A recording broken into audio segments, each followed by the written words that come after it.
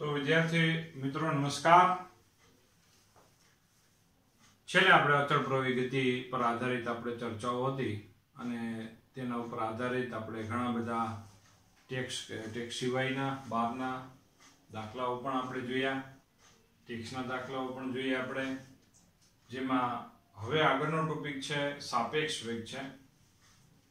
સાપેક્ષ એટલે તમને જે દેખાય તે ટૂંકમાં માની લ્યો કે તમે અહીંયા બેઠા છો અને અહીંયા તમારી બાજુમાં બેઠેલ વ્યક્તિ છે એ સ્થિર દેખાય તો તમારી સાપેક્ષે સ્થિર ગણાય। ધારો કે આ બોર્ડ છે, હું સ્થિર છું, માની લો બોર્ડ સ્થિર છે તો મારી સાપેક્ષે બોર્ડ સ્થિર છે તેમ કહેવાય। હવે સૂર્યની સાપેક્ષે જો વિચાર કરવામાં આવે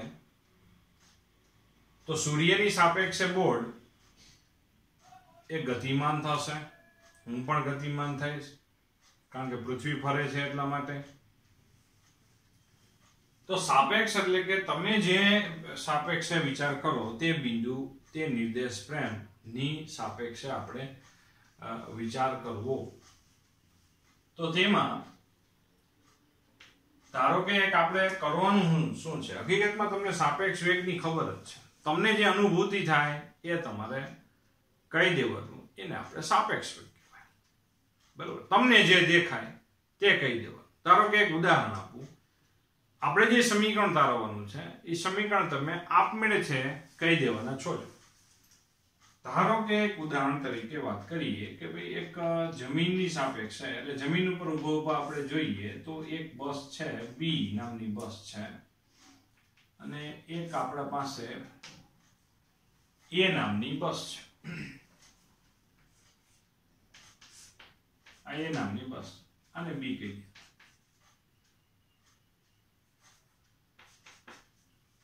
આવી રીતે છે, બંને એક જ દિશામાં ગતિ કરી રહી છે। અત્યારે ઉદાહરણ તરીકે વાત એવી છે કે બંને બસ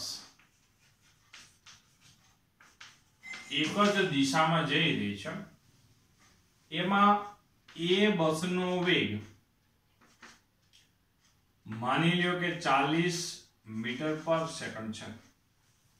40 મીટર પર સેકન્ડના વેગથી એ બસ ગતિ કરી રહી છે। જમીન ઉપરથી જોતા બસ છે 40 ની ઝડપે જઈ રહી છે। બી બસ જમીન ઉપરથી જોતા એટલે કે જમીનની સાપેક્ષે માની લો કે 10 મીટર પર સેકન્ડની ઝડપે જઈ રહી છે। હવે તમારે અનુભૂતિ કરવાની છે કે બી બસમાં બેઠા બેઠા તમે જુઓ તો એ બસનો વેગ કેટલો દેખાશે, બરોબર વિચાર કરો। બી ની સાપેક્ષે એનો વેગ કે બી માં બેઠા બેઠા એનો વેગ જોવો છે, અનુભૂતિ કરો। ધારો કે હું બી બસમાં બેઠો છું, આગળ એક એ બસ ગતિ કરી રહી છે, હું બી માં બેઠો બેઠો જોઉં છું તો આગળ મને છે આ બસ કેટલી ઝડપે જતી દેખાશે, 30 ની। આપણી વાત નહીં કરવાની, અવલોકનકાર કોઈ પોતાની સ્થિતિનું વર્ણન નથી કરતો।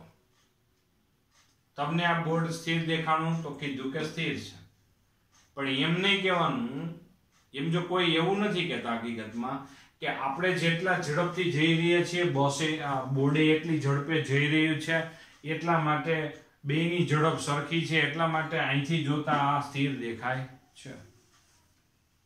તમને જે દેખાય એ કહેવાનું વર્ણનની વાત છે। તો તમને અહીંયા બેઠા બેઠા તમે પોતે પણ 10 ની ઝડપે જઈ રહ્યા છો તો આ બસ કેટલા વેગથી દેખાશે, 30 ની ઝડપે દેખાશે। ધારો કે તમારી અહીંયા આ બસની બી બસની ઝડપ 40 જ હોત તો શું થાત, ધારો કે આની આપણે 40 રાખી દઈએ ટેમ્પરરી, બેની ઝડપ સરખી, જેમ અત્યારે મારી અને બોર્ડની ઝડપ સરખી છે કારણ કે પૃથ્વી ફરે છે એટલે બધાય ગતિ કરે જ છે સાથે, બરાબર। આપણે પૃથ્વી નામની બસમાં બેઠા જ છીએ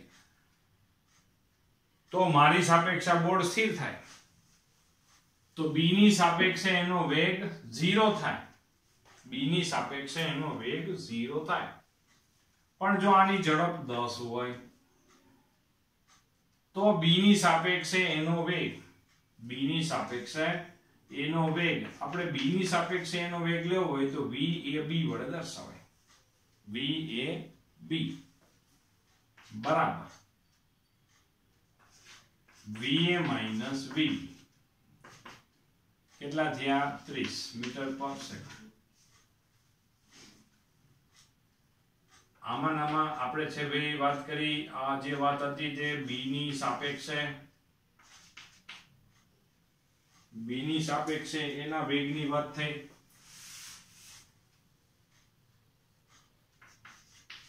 B ની સાપેક્ષે એનો વેગ VAB is equal to VA minus VB બરાબર અહીંયા છે આપણે 30 મીટર પર સેકન્ડ પ્લસ આવ્યા તો એ પ્લસ શું દર્શાવે છે જોજો બરોબર. પ્લસ એવું દર્શાવે છે કે બી માં બેઠા બેઠા તમે એ જોવો તો એ તમને કેમ જતું દેખાય આ બાજુ બરોબર એટલે કે ધન x અક્ષ બાજુ જાય છે તો તે તરફનો વેગ આપણે પ્લસ મળે. ઊંધું જો વિચાર કરો a ની સાપેક્ષે b નો વેગ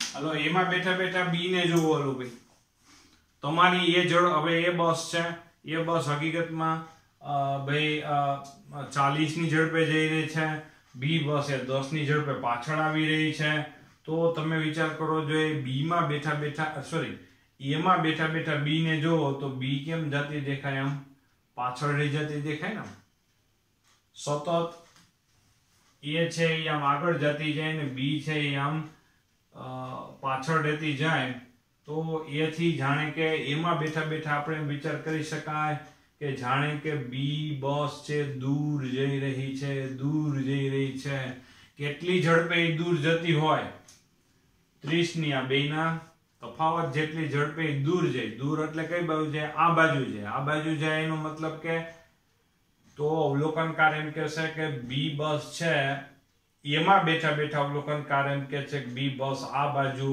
30 ની ઝડપે આ બાજુ એટલે કે ઋણ x અક્ષ બાજુ એટલે -30 જવાબ આવવો જોઈએ. -30 જવાબ તો જ આવે કે જો 10 માંથી 40 બાદ કરો તો a ની સાપેક્ષે b નો વેગ તો સમીકરણ આવું લખાઈ દો. તમે હમણાં નક્કી કર્યું કે આપણે શું કરવું પડશે b માંથી a નો વેગ આપણે બાદ કરવો પડશે.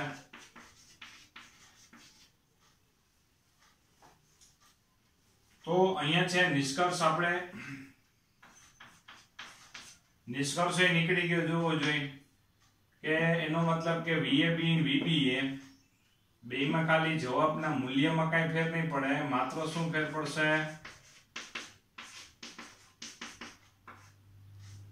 બેના મૂલ્યમાં કોઈ ફેર પડતો નથી ખાલી સંજ્ઞા બદલી જાય. આ b ની સાપેક્ષે એનો વેગ આ a ની સાપેક્ષે b નો વેગ માત્ર છે ઋણ નિશાની એક આવી જાય કારણ કે વિરુદ્ધ દિશા થઈ જશે. ફરીથી જો b માં બેઠા બેઠા જોવો એટલે b ની સાપેક્ષે એનો વેગ તો એ બસ છે b બસ થી દૂર ને દૂર આમ જતી જાય એવું લાગે તો b ની સાપેક્ષે એનો વેગ કેમ લાગશે ધન x અક્ષ બાજુ બરાબર. સામે a માં બેઠા બેઠા પાછળ આવેલી b બસ ને તમે જોવો તો એ b બસ જાણે કે આમ પાછળ ને પાછળ જતી દેખાય એટલે કે જાણે કે a ની સાપેક્ષે b બસ આ બાજુ સ્થાનાંતરિત થઈ રહી છે એમ વિચાર કરી શકાય. એટલે કે આ બાજુ ઋણ x અક્ષ બાજુ એટલે એનો વેગ માઈનસ આવશે. નક્કી એ થયું આપણે બહુ ઉદાહરણ દ્વારા એક બહુ ખાસ વસ્તુ નક્કી કરી નાખી કે b ની સાપેક્ષે એનો વેગ ને એની સાપેક્ષે b નો વેગ માં બેમાં ફેર શું પડશે માઈનસ કારણ કે વિરુદ્ધ દિશા માઈનસ દિશાની શું બતાવે છે વિરુદ્ધ દિશા માઈનસ એમ કે છે કે વિરુદ્ધ દિશામાં તમને છે ગતિ જોવા મળે.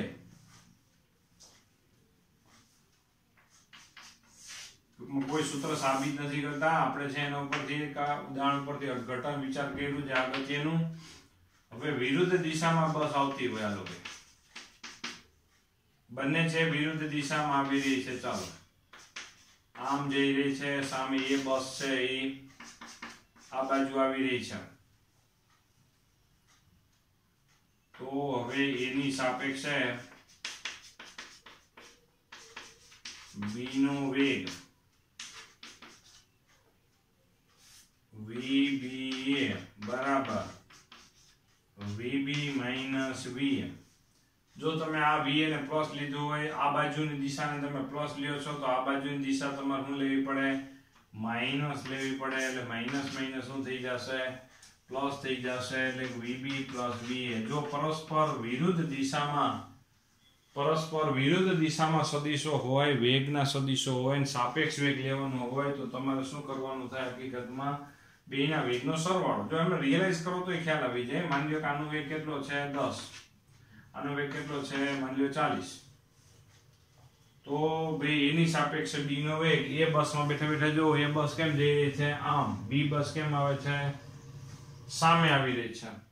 તો હવે એ બસમાં બેઠા બેઠા અવલોકન કરો તો ભાઈ બી બસ એમાં બેઠા બેઠા વિચાર કરો, અવલોકન કરો તો બી બસ છે ખૂબ જ ઊંચી ઝડપે, કેટલી ઝડપે? આ બેયના સરવાળા જેટલી ઝડપે છે બી બસ આવી રહી છે. અને કઈ બાજુ જાય છે? આમ જાય છે એમ લાગશે. એટલે કે બેયના વેગનો સરવાળો પ્લસ વડે આપણે દર્શાવ્યો. ટૂંકમાં વાત એવી થઈ, એક જ દિશામાં બે પદાર્થો જતા હોય, એકની સાપેક્ષે બીજાનો વેગ લેવાનો થતો હોય તો બેયના વેગની બાદબાકી આવશે. અને જો બે પરસ્પર વિરુદ્ધ આમ સામે આવતા હોય અને જો એકબીજાની સાપેક્ષે સાપેક્ષ વેગ લેવાનો હોય તો બેયના વેગનો સરવાળો આવશે. તો અહીંયા છે આપણે જો ધારો કે આ થિયરી હવે સાબિત કરવી છે સાપેક્ષ વેગની. આ તો આપણે નોંધ બનાવતા હતા કે જેથી આપને ખ્યાલ આવે, વધારે રિયલાઇઝ થાય એટલા માટે નોંધ આપણે વિચાર કરતા. નોંધ સ્વરૂપે લખી નાખજો, તમને ભવિષ્યમાં કોઈ પણ વખતે સાપેક્ષ વેગ સમજવામાં સહેલું પડશે. તો હવે જો વિચાર કરો કે ભાઈ ધારો કે અહીંયા છે કે આપણી પાસે એ બિંદુ છે, અહીંયા છે ધારો કે બી બિંદુ છે અને અહીંયા એક પી બિંદુ છે, એ જમીન છે. આ એ અને બી માની લો કે બે પદાર્થ, બે બસ, જે તમારે વિચાર કરવો હોય. અત્યારે પેલા એ ની સાપેક્ષે P નું સ્થાન આપણે જો વિચાર કરીએ તો XPA. તો XP એટલે આપણા માટે શું છે? A ની સાપેક્ષે P નું સ્થાન છે. સેમ એવી રીતે આપણે A ની સાપેક્ષે B નું સ્થાન, XBP XBA, A ની સાપેક્ષે B નું સ્થાન, એવી XBA, A ની સાપેક્ષે જો લખાય હવે A ની સાપેક્ષે B નું સ્થાન, A ની સાપેક્ષે B નું સ્થાન. અહીંયા વેગ હતો, A ની સાપેક્ષે B નો વેગ. લખવામાં પદ્ધતિ આ જ છે, બરોબર? પછી B ની સાપેક્ષે P નું સ્થાન, તો XPB, B ની સાપેક્ષે P નું સ્થાન. તો આમાં સિમ્પલ વાત છે, આ બે સરવાળો કરો એટલે આ મળી જાય. XPA equal to XBA plus XPB. જોજો બરાબર, ટૂંકમાં અહીંથી આ અંતર જ છે. અહીંથી આ અંતર A થી P સુધીનું અંતર એટલે કે A થી B સુધીનું અંતર એટલે કે આ XBA, અને B થી P સુધીનું અંતર એટલે કે આ બધામાં આપણે શું કરી દીધો? સરવાળો. એટલે આપણે છે મળી કીધું. તો શું તમને જોવા મળ્યું? XBA બરાબર XPB plus XPB plus XBA એમ મળી ગયું. હવે આનું બંને બાજુ શું કરી નાખો? વિકલન. હવે સિમ્પલ વાત છે કે વિકલન કરો, સ્થાનનું t પ્રત્યે વિકલન કરો, તમને શું મળી જાય? વેગ મળી જશે. બંને બાજુ t પ્રત્યે વિકલન, બંને બાજુ t પ્રત્યે આપણે વિકલન કરી દીધું છે, તો આ વેગ મળી ગયો છે. જો આ વેગ આપણે લખી નાખ્યું. એમાં VBA એટલે કે એની સાપેક્ષે B નો વેગ, એની સાપેક્ષે B નો વેગ V is equal to VPA minus VPB. આનો મતલબ એ થયો કે એની સાપેક્ષે P નો વેગ, B ની સાપેક્ષે P નો વેગ. હવે જો તો કોઈની સાપેક્ષ આમ ઊંધી કરવી હોય ને તો માઇનસ કરી નાખવાનું. જો માઇનસ એટલે કે જોવું જોઈએ અહીંયા આપણે કે ભાઈ આ VPA બરાબર આપણે માઇનસ VAP લખીએ n સાપેક્ષે p નો વેગ n બદલે p ની સાપેક્ષે e નો વેગ કરી નાખો જો એવી જ રીતે જોવું જોઈએ અહીંયા શું છે કે xpb છે એટલે એની ઉપરથી આપણે VPB આવ્યું તો VPB = -VBP કરી નાખે આ b ની સાપેક્ષે p નો વેગ હોય તો તમારે છે p ની સાપેક્ષે b નો વેગ લેવો હોય તો આગળ માઈનસ નિશાન લઈ લો યાર ઉદાહરણ તરીકે કેમ આવ્યું અહીંયા સમજાયું બરોબર તો અહીંયા છે આપણે તેથી સમીકરણ શું બનશે VBA = મારે અહીંયા ચેન્જ કરવા છે p ની જગ્યાએ એની જગ્યાએ p કરવા છે તો આગળ તમારે શું કરવું પડશે માઈનસ નિશાન અહીંયા આગળ માઈનસ કરો માઈનસ માઈનસ પ્લસ થઈ જશે જો ટૂંકમાં PB હતું મેન જગ્યાએ BP કર્યું બરોબર તો માઈનસ માઈનસ પ્લસ થઈ ગયું જો એને આપણે આગળ લખીએ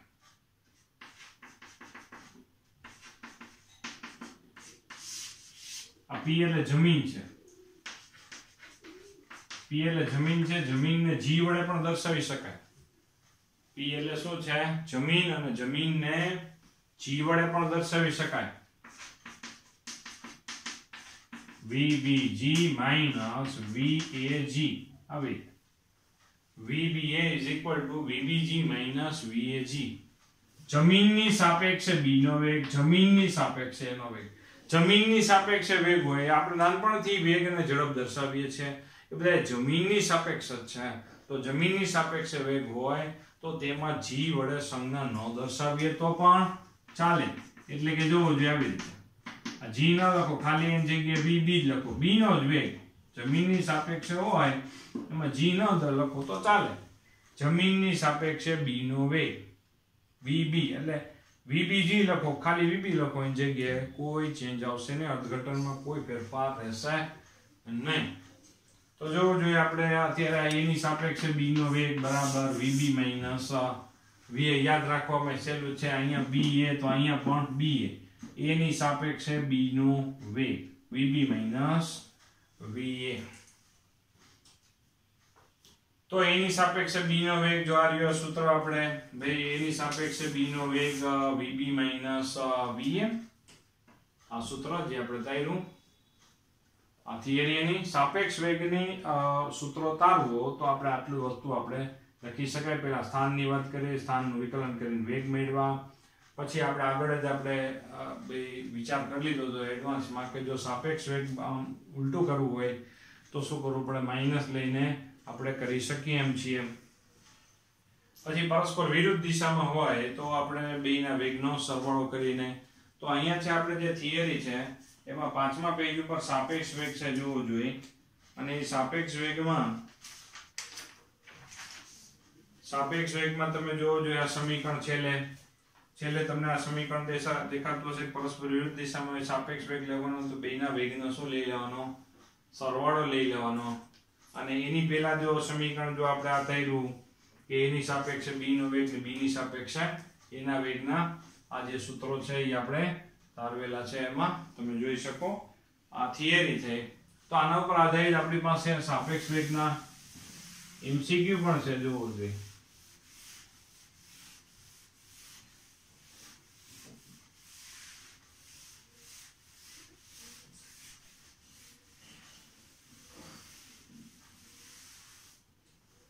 તો MCQ માં આપણી પાસે 114 નંબરનો MCQ છે જે સાપેક્ષ વેગ ઉપર આધારિત છે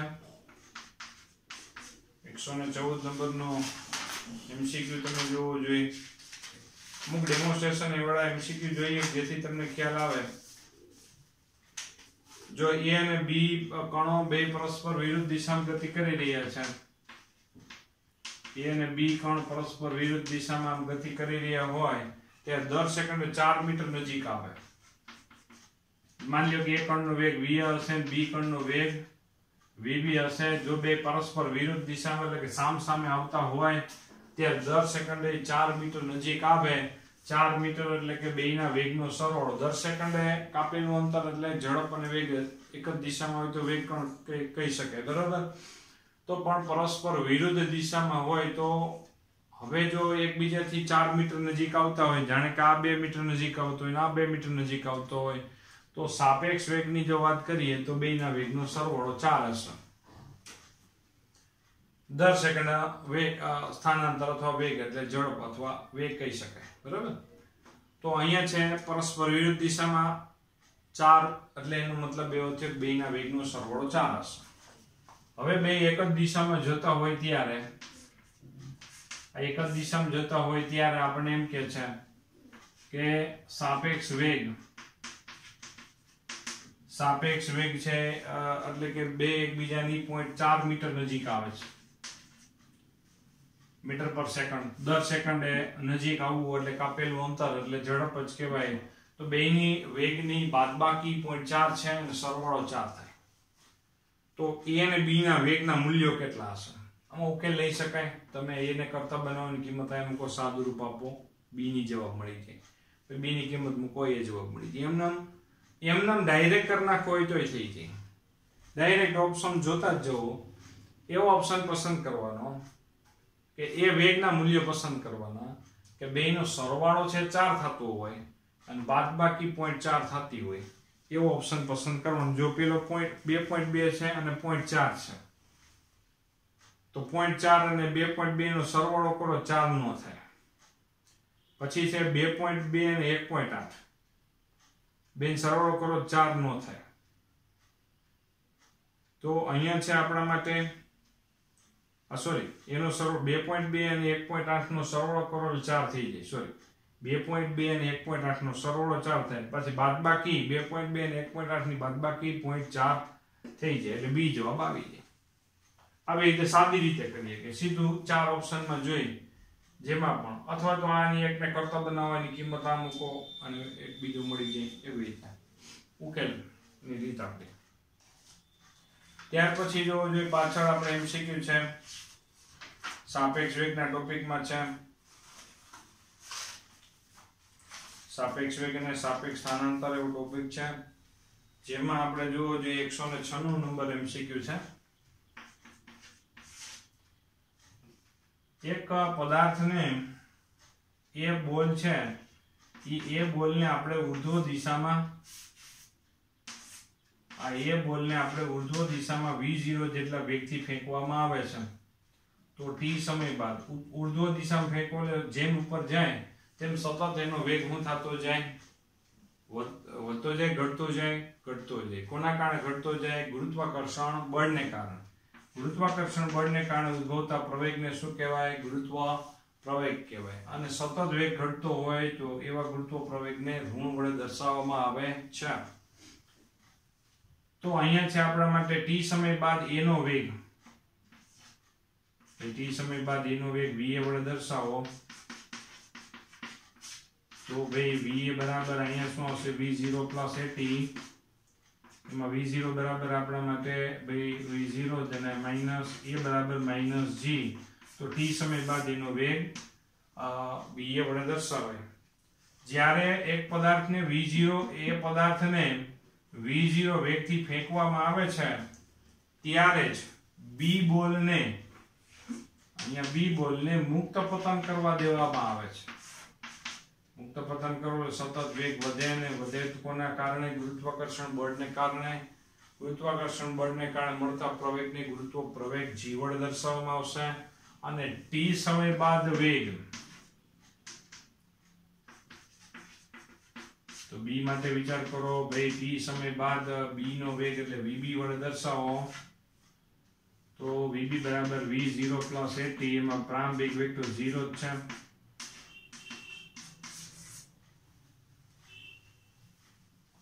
તો જોવો જોઈએ અહીંયા થાય છે શું ભાઈ, ફરીથી કહી દઈ. એક એ બોલને v0 વેગથી ઉર્ધ્વ દિશામાં ફેંકવામાં આવે છે અને b બોલને અમુક ઊંચાઈથી મૂકવામાં આવે. તો t સમય બાદ આપણને એવું પૂછ્યું છે કે બિન સાપેક્ષ એનો વેગ, b ની સાપેક્ષે એનો વેગ બી ની સાપેક્ષે એનો વેગ VAB ઇઝ ઇક્વલ ટુ, બરાબર વિચાર કરો કે આ બે હકીકતમાં પરસ્પર વિરુદ્ધ દિશામાં ગતિ કરે એટલે બેના વેગનો શું લઈ લેશું? સરવાળો. આ બેના વેગનો સરવાળો લ્યો તો આમાં માઇનસ GT છે, આમાં પ્લસ GT છે, કેન્સલ થઈ જાય, જવાબ આવે છે માત્ર V0. જોજો બહુ સરસ MCQ છે હકીકતમાં. ત્યાર પછી 198 નંબરનો MCQ છે. જો 198 ભાઈ 120 મીટર લંબાઈની ટ્રેન છે, પૂર્વથી પશ્ચિમ દિશામાં જઈ રહી છે.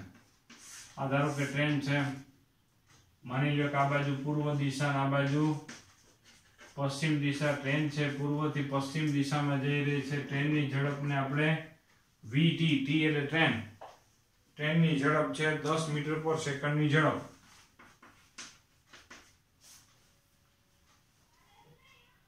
અને એક પક્ષી 5 મીટર પર સેકન્ડની ઝડપે ઉડતું ઉડતું ટ્રેન ઉપરથી ક્રોસ કરે છે.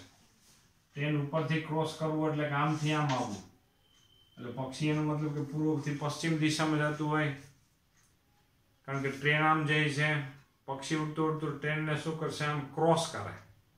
ટ્રેન આમ જાય, પક્ષી આમ, બરાબર. અને જો ટ્રેન આમ જતી હોય, પક્ષી આમ જતી હોય તો ઓવરટેકની વાત આવે, ક્રોસ કરવાની વાત ના આવે, બરાબર. એટલે એનો મતલબ કે પક્ષી વિરુદ્ધ દિશામાંથી આમ સામેથી ઉડતું ઉડતું આવી રહી છે. પક્ષીને બળ વડે દર્શાવો, B વડે, અને 5 મીટર પર સેકન્ડની ઝડપે. આ જે પક્ષી છે, આ પક્ષીને ટ્રેન ક્રોસ કરવા માટે કેટલો સમય લાગે? તો અહીંયા છે એને કેટલું અંતર કાપવાનું છે? પક્ષીને ટ્રેનની લંબાઈ જેટલું 120 મીટર, પણ પક્ષીની હવે ટ્રેનની સાપેક્ષે ઝડપ બદલી જશે. ટ્રેન સ્થિર હતો તો કઈ ટેન્શન નહોતો, પક્ષીની ઝડપ 5, ટ્રેનની લંબાઈ 120. પણ અત્યારે ટ્રેન ગતિ કરે છે, પક્ષી આમ આવે છે, એટલે પક્ષીની ઝડપ હવે ટ્રેનની સાપેક્ષે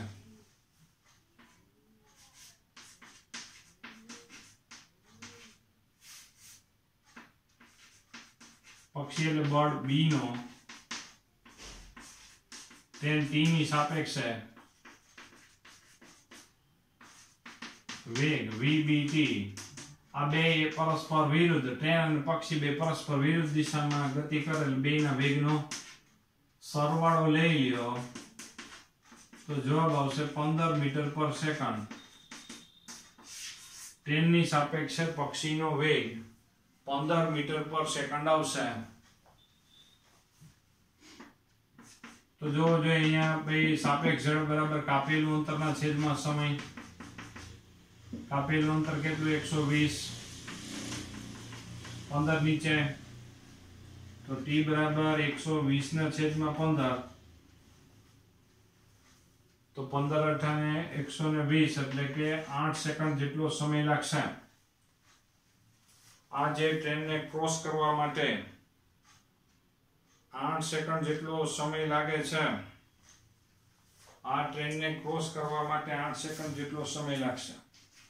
તો આ થયું સાપેક્ષ વેગ. સાપેક્ષ વેગમાં શું શીખ્યા? પરસ્પર વિરુદ્ધ દિશામાં હોય ત્યારે સાપેક્ષ વેગમાં બેના વેગનો સરવાળો કરીને આપણે વેગ લઈ શકાય, અને એક જ દિશામાં જતા હોય ત્યારે બેના વેગની બાદબાકી લઈને આપણે વિચાર કરી શકાય. પણ ગોઠવવાનું આવી રીતે છે, એની સાપેક્ષે B નો વેગ, તો B ના વેગમાંથી એનો વેગ બાદ કરવો.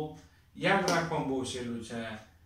અહીંયા B તો અહીંયા પણ B, એની સાપેક્ષે B નો વેગ એટલે VB માઇનસ VA. સાપેક્ષ વેગ એટલે બહુ ટૂંકી વાત, તમને જે અવલોકનમાં દેખાતું હોય, તમને જે નિહાળતા હોય, તમને જે દેખાય એ સાપેક્ષ વેગ ગણવામાં આવે છે, બરાબર. તો અહીંયા સુધી આપણે ચર્ચા રાખીએ છીએ. આ સાથે લખી નાખજો, MCQ છે, તમારા બુકમાં કામ આવશે.